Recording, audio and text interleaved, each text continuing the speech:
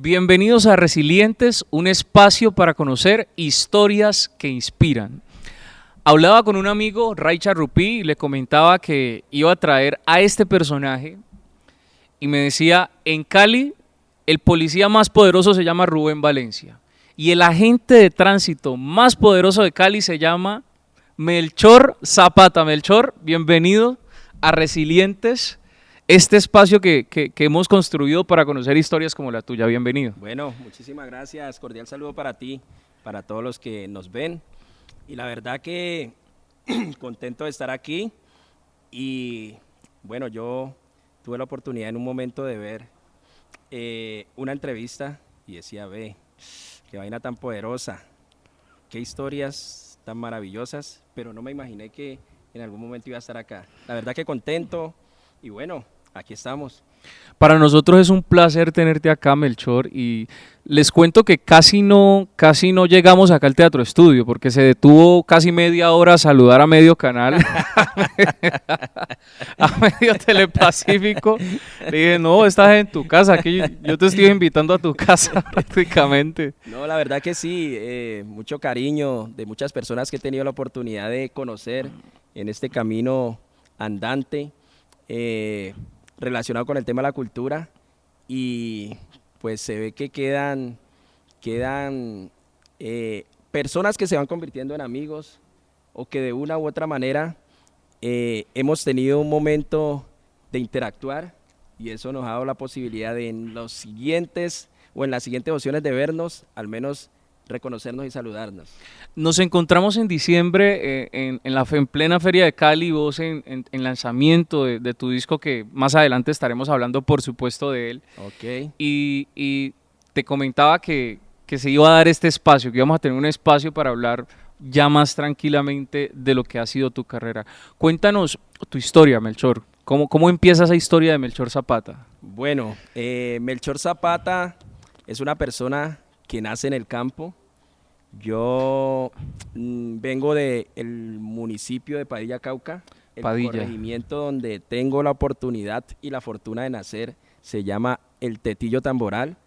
Es una tierra 100% agrícola, donde las labores del campo las aprendí desde donde no tengo ni memoria. Yo creo que desde el vientre de mi mamá, porque recuerdo y lo que ella me comenta, a veces para ir a recoger la cosecha, estando en embarazo, tocaba, como se dice, terciarse el canasto si era que iban a recoger café, o sacar la media luna para bajar la mazorca si iban a recoger el cacao, o ir a llenar el agua porque acueducto ahora es donde los muchachos, digo, son afortunados que tienen la oportunidad de tener acueducto. Pero yo creo que esas condiciones vividas en el Tetillo Tamboral, hoy reconozco que me han entregado a mí unas herramientas valiosas para mi vida y siempre que tengo la oportunidad de hacerlo lo resalto y digo esta frase: le doy gracias a Dios y a mis padres por haberme dado la oportunidad de nacer donde nací y tener los padres que tuve. ¿Papel importante de tus padres en tu vida? Sí, importantísimo. La verdad que a mi papá tuve la oportunidad de disfrutármelo hasta mis 10 años de edad. A esa edad mi papá sufre un accidente cerebrovascular, pues en ese tiempo le llamamos literalmente una trombosis y allí fallece. Pero pues mi mamá desde su sabiduría y desde su experiencia siempre guiándome hacia el camino positivo, hacia las cosas que de una u otra manera nos daban un resultado que beneficiara a muchas personas, tanto a los que teníamos en el entorno como a las personas que teníamos la oportunidad de cruzarnos en el camino. Entonces, digamos, ese deseo de ella de siempre encaminarme por donde ella veía que había encaminado el resto y que los resultados eran positivos, era latente y me corregía de buena manera y cuando me ponía un poquito necio, el Pedro Moreno que quita lo malo y pone lo bueno, también salía a flote, un rejo de tres patas. ¿Qué es lo que más recuerdas de tu papá? Bueno, de mi papá, un hombre muy emprendedor, una persona extrovertida, porque Allá en la tierra decimos el que es, digamos, digamos la frase más coloquial, cansón, recochero. Allá le decían, no, es que usted es muy liso, o sea, no es serio, pues, en algunos momentos. Entonces, pues, eran como características de mi papá. Al mismo tiempo, una persona que cuando era en serio y había que corregir, también había que saber en qué momento lo estaba haciendo. Pero el tiempo que me lo disfruté, pues, fue un tiempo maravilloso para mí, de grandes recuerdos. Recuerdo mucho que cuando venía la moda del trompo, más que todo, se daba la oportunidad de enseñarme, de direccionarme cómo jugar el trompo y los espacios que se daban mientras íbamos a la finca a recolectar la cosecha, siempre en esos espacios era una enseñanza latente de cómo sembrar, en qué tiempo, tener en cuenta ciertas cosas que para el tema del campo son vitales. En ese tiempo todavía funcionaban las cabañuelas, que eso era importantísimo para la siembra. Dependiendo de los primeros 12 días de enero, ya sabíamos cómo iban a ser los 12 meses del año y sabíamos en qué mes se podía sembrar para recoger en X mes y dependiendo de lo que sembraran. Entonces, pues son cosas que yo todavía recuerdo con mucho beneplácito, porque esa etapa que yo viví en el Tetillo Tamboral, me dieron herramientas suficientes para cuando ya llegué a enfrentar la ciudad, no sentir el choque tan fuerte, al menos en saber que cuando algo no salía de manera directa o se ponía un poco complicado, ya venía de una escuela donde todo no, o sea, el campo, la vida del campo no es fácil, todo se tiene que hacer con voluntad, con ganas, con deseo, porque el solo hecho de que llegues de la escuela o llegues del colegio y te esté esperando el café para trillar, y eso es que te toca o te toca, y después de que lo hagas ahora sí puedes hacer tareas y altas horas de la noche para el otro día rendir, pero eso eran situaciones que ya uno las adoptaba desde el punto de vista de la disciplina. Ya uno ya sabía que salía en tiempo de cosecha del colegio y no era para ir a la cancha de fútbol, no era para ir a jugar con los amigos, no, era quites el uniforme y pongas el traje de meterse a la finca porque hay que ayudar a las labores del campo. Ahora que me estás diciendo ese último pedazo, eh, digamos, me sorprendo porque todavía en parte vives ese proceso de quitarte el uniforme y ponerte Sí, en situación. eso viene de allá porque yo no le he visto inconvenientes a la vida o a los momentos de bloquearme porque estoy haciendo X labor y me toca hacer un cambio para cumplir con otra. Siempre lo veo desde el punto de vista positivo y que es más importante lo que voy a hacer que cómo lo voy a hacer. Entonces, esa parte, la verdad que nos tocaba mucho, porque vuelvo y reitero, siendo una vida de campo al 100%, todo gira alrededor de las actividades del campo. Te he hablado de la cosecha, pero también había el caballo o estaba la yegua que era la que nos facilitaba el transporte de la cosecha a la casa, que también había que atenderle. Había que llevarla a un lugar donde pudiera pastar, había que tenerle una opción donde ir a beber el agua de manera saludable y casi siempre era a la quebrada más cercana, que estaba por ahí a unos 3 kilómetros, o al río que estaba en un promedio por ahí de 8 kilómetros. Pero eso para mí era algo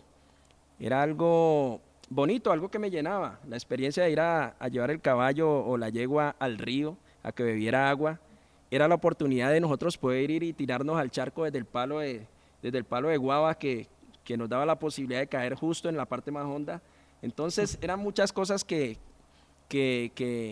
podíamos hacer con los vecinos aledaños, que en la mayoría son familia.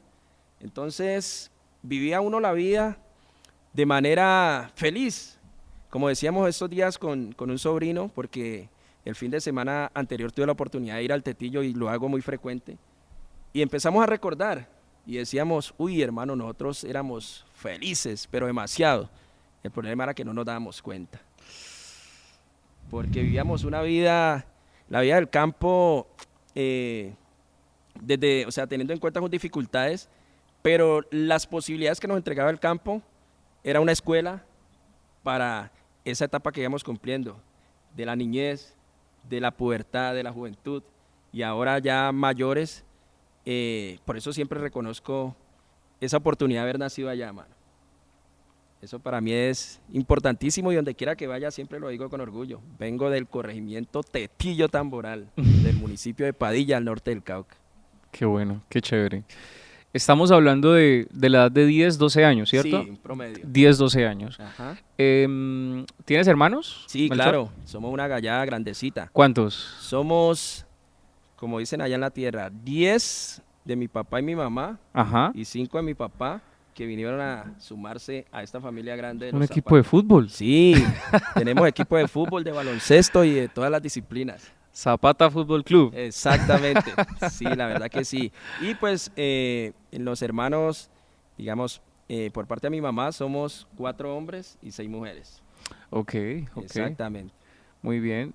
Melchor, ¿queda sola tu mamá cuando tienes 10, 12 años? ¿Cómo fue ese proceso para ella? ¿Qué recuerdas de ese momento? ¿Cómo ella lo vivió? Bueno, no, fue algo muy complejo, pero ella trataba de disimularlo con el objetivo de que nosotros no nos afectáramos emocionalmente, pero pues ¿Cómo no lo fue fácil. disimulaba?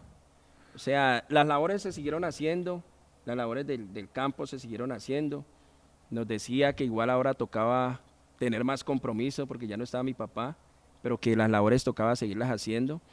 En los espacios donde él iba, de pronto a las reuniones de la escuela, ya ella empezó a personarse más de eso.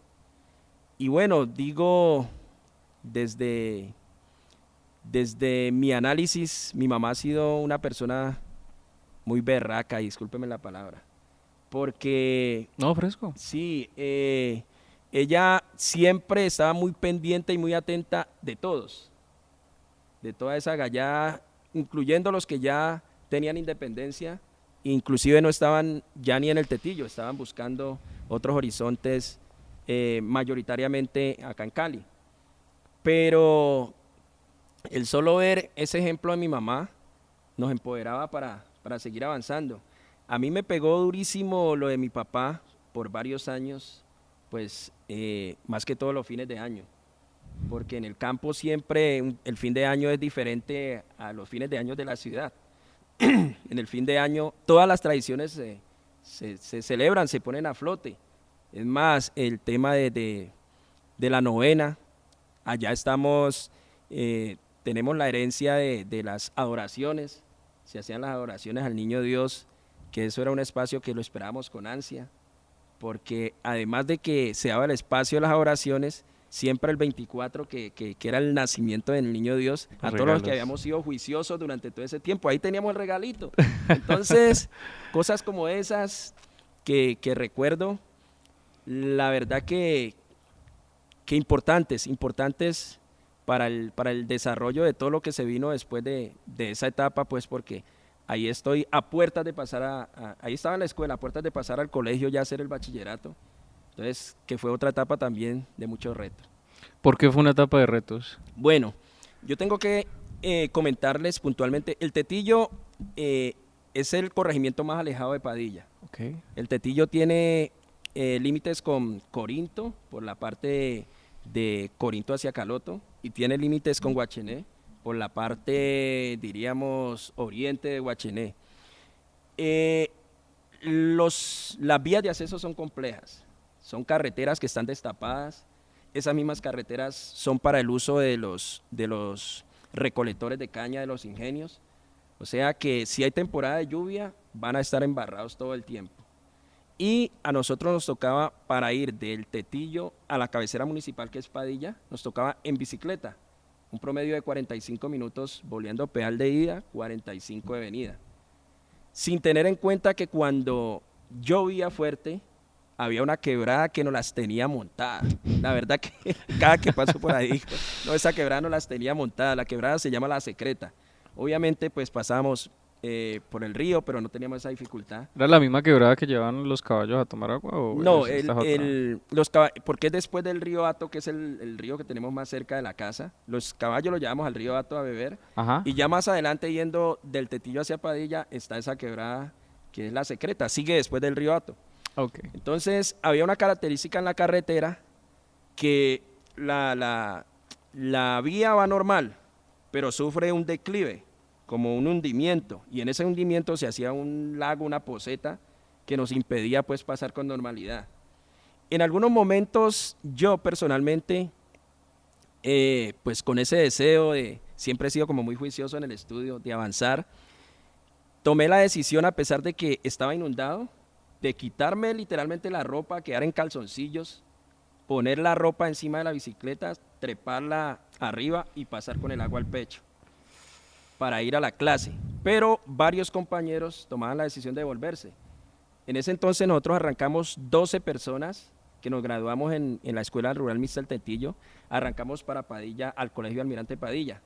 Pero de esas 12 personas, ese reto tan complejo que teníamos fue dejando fuera del camino a varios de los compañeros, porque es que no era fácil.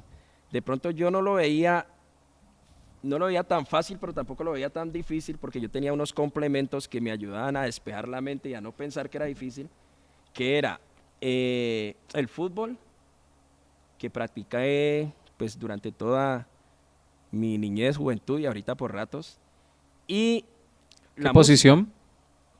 Yo jugaba en Padilla, era el marcador izquierdo o lateral, con proyección. Y en el Tetillo jugaba delantero, puntero izquierdo. Una hoja y larga Una hoja larga y sáquela. y sáquela. Sí, esa era la característica, porque correlón sí he sido un poquito en la cancha. ¿Y ahora de qué juega? Ahora juego, pues, en la posición que terminé jugando en el Tetillo, como de puntero izquierdo, sí, puntero izquierdo, siempre en la delantera, y me rinde un poco. ¿Los agentes de tránsito tienen equipo de fútbol? Sí, hay equipo de fútbol. También he tenido la oportunidad de participar con los compañeros en el equipo de fútbol que se tiene para las diferentes competencias de los interdependencias del municipio, Ajá. y un torneo que se hace del sindicato pues con mayor cantidad de personas, que es el ANDET, y el ANDES nacional. Entonces se hace un encuentro nacional y se destina a la ciudad para hacerlo. Entonces el torneo más significativo en cuanto a la participación con ANDET fue aquí en Cali. Y la verdad que quedamos como con la espinita, porque hicimos todo bien, llegamos a la final, y en la final un descuido y nos peló Medellín. Ay, no puede ser. Pero bueno, fue una experiencia agradable, Chévere. chévere. Bueno, y entonces estábamos en el colegio. Esa historia que nos cuentas fuerte, pero también es una justificante de por qué estás acá, de por qué siempre hemos pensado que Melchor Zapata es una persona resiliente, que a pesar de todas esas adversidades, como encontrarse con esa inundación, Sí, con la quebrada La Secreta. a pesar de la quebrada La Secreta y la inundación que causaba en la carretera, decidiste coger la bicicleta Y para adelante, y para adelante. porque yo decía, ¿a qué me devuelvo a la casa, mano? Y pues en el campo uno retos de esos tiene bastante. Y a veces lo hacíamos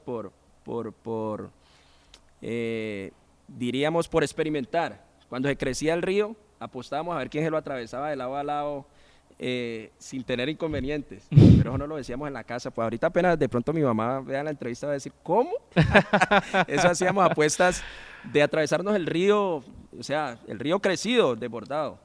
Y gracias a Dios pues no hubo nada que lamentar, porque pues sabíamos nadar. Pero el tema de La Secreta fue, y puntualizo La Secreta porque yo recuerdo que había compañeros que ni siquiera hacían el intento, pero yo sí decía, no, yo tengo que seguir, yo tengo que avanzar, y optaba por desvestirme y para adelante. Saliste del colegio, lograste graduarte. Sí. ¿Qué siguió en la vida de Melchor? Bueno, logré salir del colegio después de haber estado, como te dije, haciendo parte del grupo de danzas. Después estuve con la banda de guerra del municipio. Salí del colegio Almirante Padilla con honores, porque pues también tengo que decirlo, y eso fue algo que yo lo vi y lo tomé como una bandera de poderle ayudar a mi mamá. Pues en el estudio me ha ido bien. Yo llegué el primer año y ocupé el primer lugar en el salón. Me dijeron, ese primer lugar le da la opción de que no va a pagar ni matrícula ni mensualidad. Oh, Entonces yo dije, no, pues mi mamá ahorita guerreando sola, pues esa es la mejor opción de poderle contribuir. claro. Y desde que la cogí porque eso me retribuyeron ya para el segundo grado, para séptimo, desde que la cogí la llevé plena hasta 11, que si me la hubieran valido para la universidad había salido becado. Siempre estuvimos, Pablo González, hoy sacerdote, y yo éramos los que nos disputamos el primero y el segundo. Competían, era la Sí, competencia. eso no lo Lionel soltábamos a Messi, nadie, Cristiano por ahí había alguien que Ronaldo. me Ahí. acercaba, pero eso era una competencia sana y muy buena porque pues nos gustaba entregarnos a lo que nos exigía el estudio. Entonces, esa experiencia bonita que vivo en el Colegio Almirante Padilla me da la posibilidad de venir motivado, de salir motivado de Padilla con el ánimo de buscar otros horizontes. Entonces yo decía, bueno, ¿y ahora para dónde es que pegamos? Pues para allá nos queda lejos, es nuestra capital, pero nos queda más lejos que Cali. Allá no tengo a nadie. Pero en Cali ya había, la mayoría de mis hermanos estaban acá. Entonces decidí venirme para Cali, muy fuerte el primer choque, porque yo vengo con el propósito de estudiar, de seguir estudiando. Y pues no se dio de manera inmediata. Yo inicialmente me postulé para la Universidad del Valle porque me fue muy bien en química allá en Padilla y yo venía con el ánimo de ser químico. Me postulé, no sé por qué no quedé, pero yo sé que me fue bien en el examen. Dije, no fue por Cali, me dijeron, no, te puedes presentar en Palmira, de pronto por allá. Seguí consejos, me presenté en Palmira y tampoco. Y bueno, y a la segunda me dijeron, vea, aquí no se vive del aire. Aquí ya toca aportar, aquí ya hay servicios por pagar, aquí ya hay que pagar agüita que se utiliza para lavar la ropa, agüita para preparar los alimentos. O sea que mientras se pone a estudiar, búsquese un trabajito para que contribuya acá en la casa. ¿Cuál fue tu Entonces, primer trabajo? mi primer trabajo acá en Cali fue construcción. Yo fui ayudante de construcción de un primo que era oficial de construcción. Entonces me dijo, hermano, pues aquí lo único que puedo es darle espacio que se desempeñe aquí como ayudante de construcción. Y yo dije, no, pues con un círculo cerrado, pues recién llegado. Y dije, no, pues vamos a ver, igual vengo del campo, pero uy, ese trabajo es duro. Ese trabajo es fuerte, porque el ayudante es el que le toca, como se dice, todo el trabajo de fuerza, el del que le toca mezclar, el que le toca coger el balde y empezar para que suba al piso que es. No, terminas, cuando no tienes la experiencia, terminas reventado. Duré un mes. Duré un mes. La verdad que durante el tiempo que lo estaba haciendo decía, no, yo tengo que buscar otra cosa. Uy, esto es muy duro. Y me empezaba a venir los recuerdos de que yo me vine con el ánimo de estudiar, allá me iba bien. Y yo dije, no, yo tengo que buscar otra opción. Y verdad, durante ese tiempo, enseguida de la casa, yo llegué aquí a Cali, al barrio del Poblado 2. Okay. En una casa que tiene mi mamá allí. Allí hemos llegado la mayoría. Entonces, enseguida de la casa estaba don Luciano. Don Luciano tenía un taller de calzado. Entonces, cuando yo llegaba así reventado, saludaba a don Luciano y toda la cosa. Y por ahí, cuando me daba la oportunidad de arrimar y le decía, ve, qué chévere trabajar esto de zapatos, ¿no, Luciano? Me dice, sí, Melchor, ¿a usted le gustaría? Yo dije, sí, a mí me gustaría trabajar esta vaina de calzado. Me dijo, no, por ahí estoy necesitando a un ayudante también, pero de calzado. Yo dije, no, pues yo estoy listo. Y verdad, ahí se dio la oportunidad. Yo mismito soy. Yo mismito soy. Entonces le digo al primo, no, yo ya no voy a volver. No voy a volver, yo ya conseguí otro trabajo. Entonces, es un trabajo, digamos, un poco más suave y me va a quedar tiempo para estudiar. Entonces me dijo, bueno, no hay problema. Igual acá la oportunidad es y está abierta las puertas cuando quiera. Entonces, por ahí me inicié en el calzado como ayudante y aprendiendo las diferentes etapas y todo lo que desenvuelve el construir calzado. Bueno, con don Luciano duré un promedio de 6 meses. 6 meses de experiencia. Pero yo dije en esos 6 meses, yo como que ya estoy listo para escalar un peldaño más en este tema del calzado. Y bueno, ya me puse a buscar opciones y encontré una opción en el barrio San Carlos, o Periquillo que le llamaban en ese entonces. Y allí voy con el ánimo de pasar de ayudante a la persona que corta el cuero, como cortador de cuero. Pero la exigencia era bastante. O sea, yo ya tenía un conocimiento, pero no era el que ellos exigían. Entonces me dijeron, no, yo creo que todavía no está listo para cortar. Aquí lo que podemos hacer inicialmente es que ya sabes de ayudante de calzado, entonces vamos a darte una opción de que nos ayudes con algunas cosas, más que todo en la parte de la guarnecía, que es donde cosen el calzado, y nos manejes un poco lo de la bodega de materia prima. Entonces va a haber el tiempo y ahí vas cogiéndole el tiro a la bodega. Y verdad, así arranqué en Calzado Mediterráneo en ese entonces, después su nombre pasó a Industria Mediterráneo. Y empecé muy receptivo. Y bueno, y empecé a hacer la labor, más que todo la perforación del cuero para poder tejerlo, porque era calzado de dama para las industrias, era calzado para las empresas industriales más que todo. Y bueno, eso pasaron 3 meses. Se vino diciembre, porque fue octubre, noviembre, diciembre. Pasó esa etapa, llegó la fecha de diciembre de liquidación y toda la vaina. Entonces, un día, ya en diciembre, me llamó aparte uno de los dueños de la fábrica. Me dijo, Melchor, lo felicito, hermano.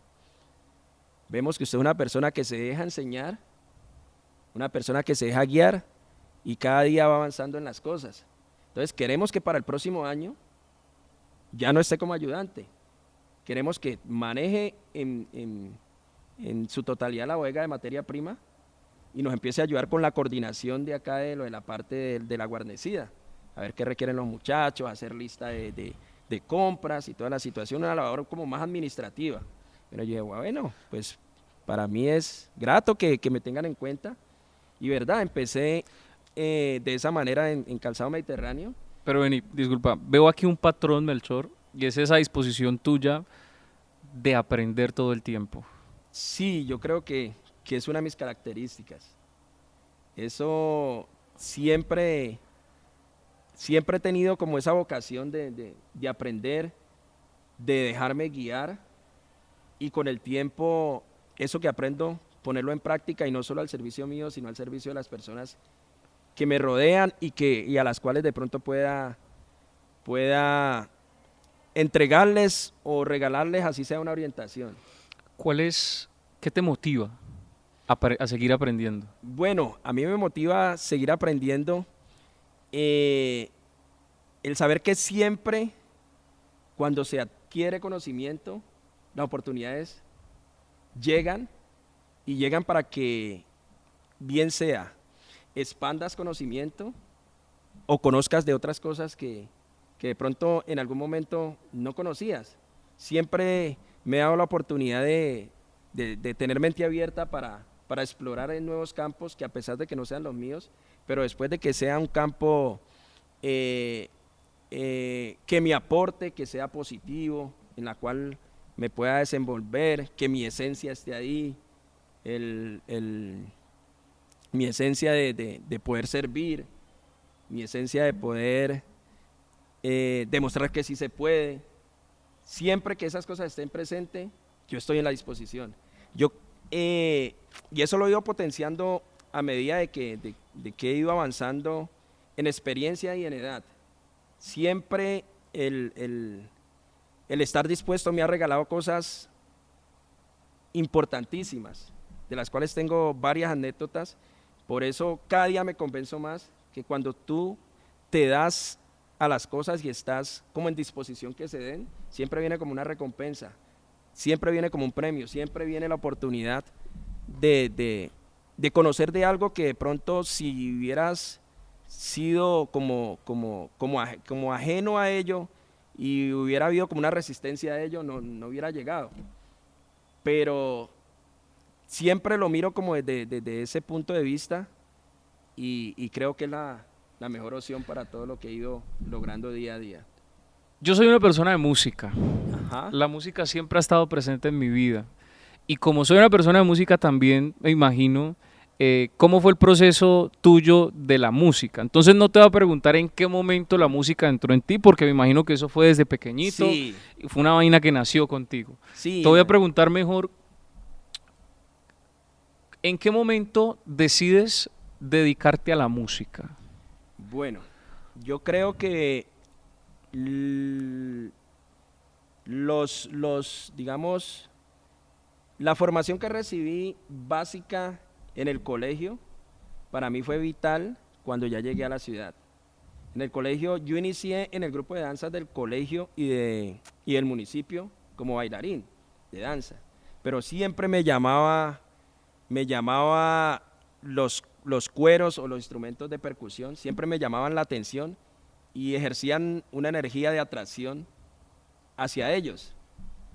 Cuando yo hablo con el profesor de danzas, para la cual le envío un saludo y mucho debo agradecerle al profesor Didio Mejía, él me da la oportunidad de pasar de bailarín a la percusión, empieza a orientar, a instruir, empiezo tocando el cununo. Y la verdad que ahí me sentía más cómodo que bailando, sin desmeritar que bailando también la pasaba sabroso. Entonces ahí me empiezo a meter por el tema de la percusión. Ya exploro cómo tocar el bombo, ya el guasá. Y entonces, para esa época del colegio aparece un compañero, Elkin, que viene de Venezuela a estudiar al colegio, tiene un bongo, el sonido de ese bongo empieza a atraparme también. Ya Elkin me da los primeros pininos en el bongo. Y bueno, con eso me vengo de Padilla hacia Cali. Cuando yo llego aquí, mi hermano Alirio Zapata, que también es músico y ha sido mi guía después de que falleció mi papá, ha sido la persona con la cual he tenido, digamos, mayor entendimiento en cuestión de mis propósitos, de mis proyectos. Es más, es la única persona que antes de hacer algo se lo comento. Porque Alirio estuvo muy pendiente de mí después de mi papá, si la bicicleta se dañaba, si había que reemplazarla. Siempre en sus idas al Tetillo eran unas charlas muy, muy positivas con él y siempre lo que me dejaba eran frases de motivación para seguir. Entonces, a Alirio le comento y me dice, no, pues Melchor, aquí una persona que te puede guiar para que te enrutes en el tema de la percusión es el maestro Villo Quiñones. Y verdad, yo empiezo con el maestro Villo Quiñones unas clases los sábados. Eran 2 horas de clase que me daba, pero no tenía instrumento. Entonces el maestro Villo me dice, bueno, lo del bongo, listo, vamos a entrar en el tema de la conga, que también me llamaba la atención, pero yo no tenía congas. Entonces me dijo, no, vital para eso es que tenga instrumentos. Yo dije, uy, maestro, ¿y cuánto vale eso? Me dio el precio y dijo, uy, ¿cómo así? Entonces me dice mi hermano Alirio, en ese entonces estaba todavía trabajando en el primer taller de calzado que estuve. Me dijo, pues hagámosla sencilla, te van a pagar cada 8 días, entonces de esa plata que te van a pagar, sagradamente vas a dejar una plata para ir comprando los instrumentos. Y verdad, recuerdo tanto que eran 5.000 pesos del pago que yo le entregaba a Lirio para que me guardara. Y lo primero que hicimos fue comprar un vaso de la conga sin el cuero, sin los herrajes. Y bueno, dije, uy, ya vamos avanzando. Ya seguido a eso, quedó la plata para el herraje y después ahora sí el cuero y armamos la primera conga. Ya la segunda conga a través del maestro Villo sí ya la compramos completa. Entonces ya tengo mis congas, ya tengo donde practicar. Y no habían pasado 6 meses de estar en clase con el maestro Villo cuando apareció la primera oportunidad de integrar una orquesta. Que eso fue para mí una experiencia maravillosa. Y decía, uy, ¿cómo así? Ya en una orquesta. Entonces ya empezaron a pasarme como el repertorio, lo que hacían. Y apoyado en el maestro Villo empecé. Empecé desde lo que me nacía de manera empírica y a través del maestro Villo empecé a aprender también a leer partitura para poder tocar la percusión. Entonces, esos son como los inicios de Melchor en la música ya con proyección de quedarse. Tu carrera es ampliamente conocida en la ciudad y yo me atrevería a decir que en el Pacífico colombiano. Además de tu talento, por supuesto, tu carisma, ¿a qué le debes o a qué sientes tú que le debes ese reconocimiento en todo el Pacífico? Bueno, yo creo Y que te la puse difícil porque sí, te quité sí. 2 patrones que... Yo creo que mucho tiene que ver que siempre en el tema de mi música y en mis canciones, yo trato de que mi originalidad se mantenga, de que mi forma de ser sea el lenguaje más correcto para poder conectar con las personas. Yo soy una persona muy sociable, muy amigable, Como tu papá. sí, muy de poder escuchar a las personas, de poder sentarme a escuchar a alguien que de pronto otras personas dicen, no, este man está perdiendo el tiempo escuchando a esta persona. Pero no, yo no lo veo desde esa óptica. Entonces todo eso me va dando la posibilidad de conectar, de ir entrando un poquito en el corazón de las personas y que ellos sean los que empiecen a valorar lo que hago. Porque no le encuentro otra opción, porque si fuera por la opción de decir, no, es que en el tema de publicidad y eso, no, trato de hacer las cosas desde el corazón y desde mi autenticidad. Ese yo creo que es como lo más importante para que las personas reciban lo que hago musicalmente y eso que empiezo a ver en ellos que son receptivos, para mí se devuelve en motivación para continuar y mejorar poco a poco porque estamos en constante aprendizaje. ¿En qué momento de tu vida entra el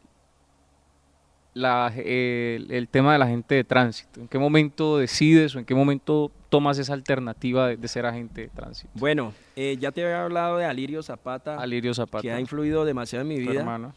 Yo duro en la fábrica de calzado, en la que inicié como ayudante de guarnecida, y empezando en 1996, termino como jefe de producción de esa fábrica. La verdad que fui conociendo las otras áreas. Inicialmente allí se manejaba un promedio de 4 supervisores, que yo hacía parte de uno de ellos, pues ya había escalado un poco, pero ya finalmente por decisión de uno de los dueños, ya me pusieron pues como en la jefatura de producción. Pero hay una cosa que afecta el tema del calzado y específicamente la fábrica, que fue la apertura económica, y la empresa se viene a pique. Finalmente quebraron. Entonces yo digo, bueno, ¿y ahora qué? Entonces, en un diálogo con mi hermano, me dice, bueno, yo conozco una señora que trabaja en el tránsito y yo creo que por allá hay opción de pronto de que te hagas un curso de tránsito y por ahí puedas empezar a trabajar.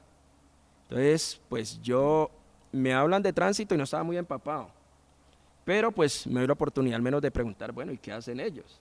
Entonces me dicen, bueno, pues les toca la responsabilidad de regular el tránsito, les toca atender los accidentes que ven en la ciudad. Obviamente es una labor que es compleja, desde todo el sentido de la palabra, pero bueno, tiene un ingrediente bien importante, que allá trabajan por turnos, y hasta donde me doy cuenta, los turnos son fijos.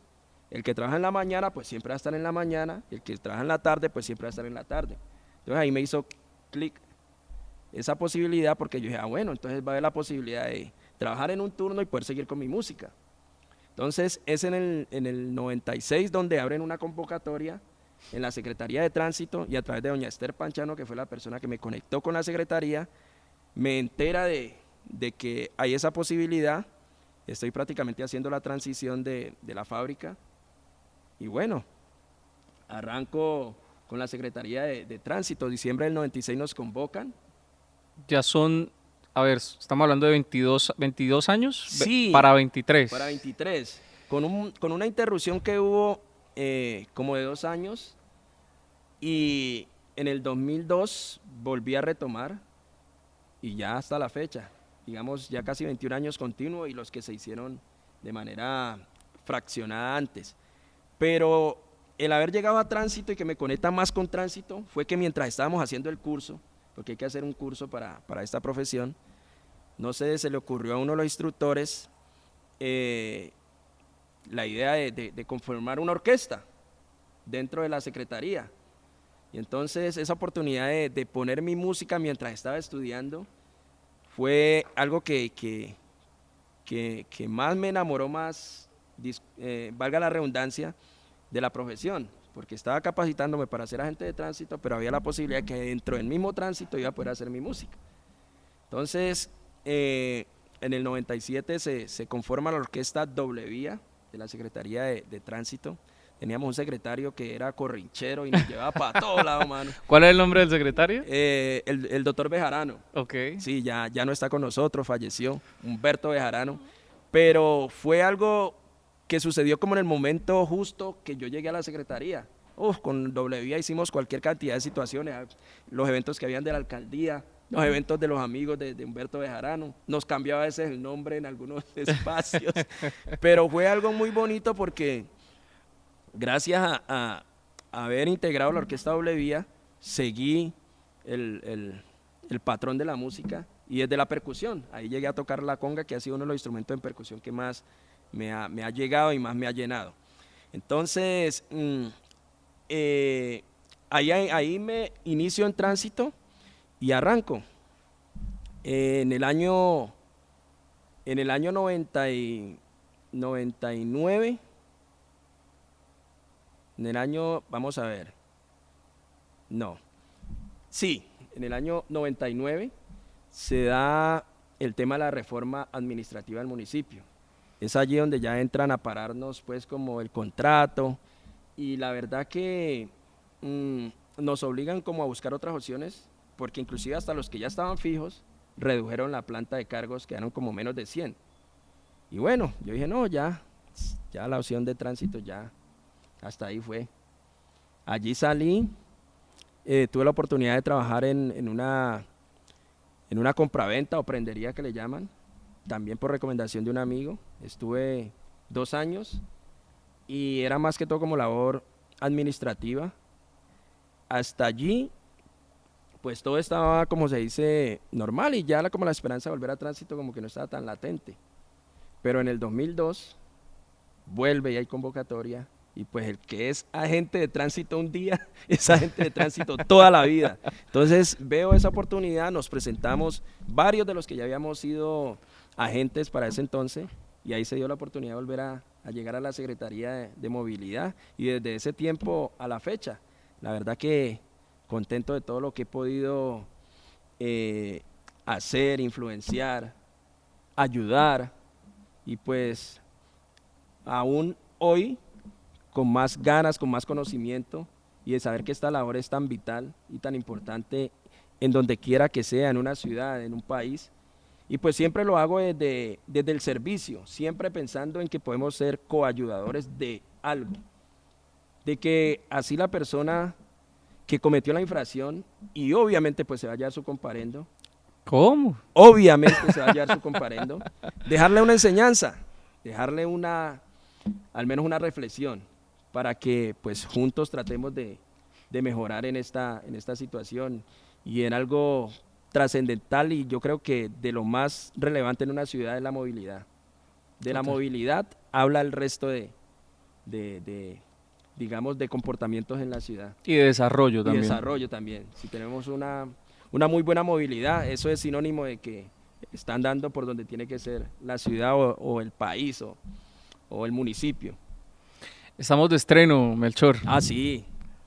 La verdad que contento, sí, estamos de estreno, un estreno, digamos, con unas connotaciones bien especiales porque es una canción que tiene una historia bonita y al mismo tiempo, pues fue una historia como de que en algún momento creí que no se iba a dar esa canción porque nos sucedió un fiasco. Después de haber grabado la canción, pues aprovecho y reconozco al maestro Oscar Iván Lozano, Oílo. Oílo.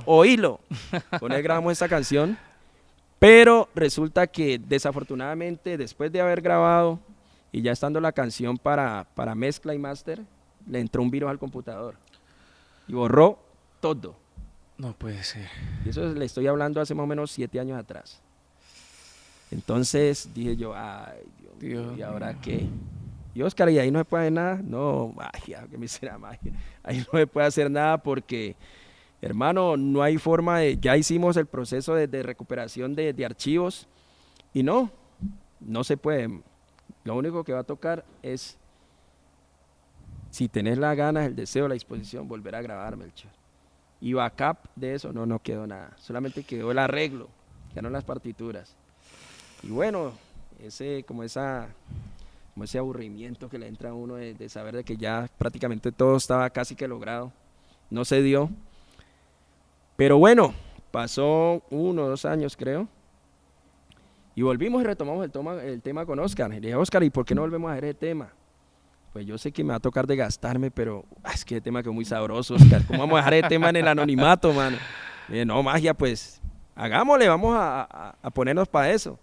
Y verdad, vuelve Oscar y retoma el tema de grabar el tema, me dispongo. Y las personas que participaron de nuevo en la grabación de la canción, con toda la disposición del caso, y volvió y nació Por Culpa. Entonces, es una canción que digo yo viene bendecida porque con todo eso que nos pasó, y adicional a ello, terminamos de grabar y no fue que fue ahorita, no, termino de grabar hace 2 años. Entonces, voy a hacer el lanzamiento de Por Culpa y se viene otra canción como de manera inmediata para sacarla, que era una canción relacionada con Selección Colombia. Sí. Entonces, eso tocaba sacarlo allí. Y el año anterior estaba ya en planes, ya habíamos hecho plan de lanzamiento y aparece el Santi. Y en uno de esos diálogos se dio la posibilidad de que vamos a grabar ya un tema en feature y los dos. Y digo, ay, otra vez. Y digo, bueno, vamos para adelante. Y verdad, grabamos la canción Subile más 2. Y yo dije, no, ya el próximo año ya no aplazo más. Entonces ya me programé desde el año anterior, dije, no, finalizando febrero, principios de marzo, ya vamos a soltar este tigre porque lo que necesita es correr. Y ese es el motivo por el cual estamos haciendo el lanzamiento en estos momentos. Qué bueno, Melchor. Melchor, ya para finalizar, regalémosle a todas las personas que escucharon este podcast, que conocieron tu historia, una frase, un consejo de amigo. Bueno, yo utilizo mucho como automotivación y porque sé que casi siempre que lo hago da resultado. Cuando yo estoy buscando hacer algo, conseguir algo, resolver algo, sé que de primera mano casi nunca sucede.